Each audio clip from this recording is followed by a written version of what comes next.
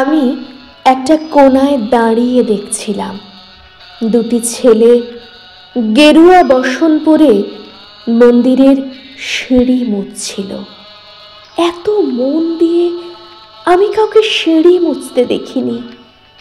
এত ভালোবাসা দিয়ে আমি কাউকে ধুলো তুলতে দেখিনি।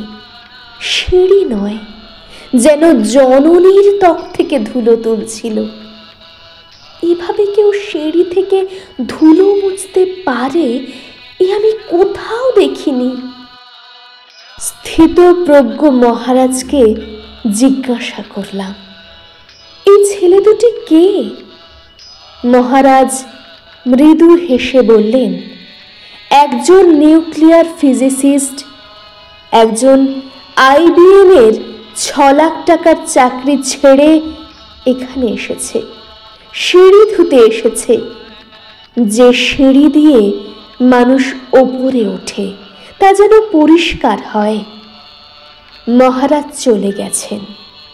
সন্ধ্যা নেমে আসছে গঙ্গায়। আমার ভেতরেও নামছে সন্ধ্যা। সারা পৃথিবীতে এত সিঁড়ি, সিঁড়িতে সিঁড়িতে এত দাগ, এত ক্রোধ, এত অপমান। আরতি শুরুর আগে মনে হলো, যে সিঁড়ি মুছতে পারে না সে কোনোদিন মানুষের চোখের জল মুছতে পারবে না।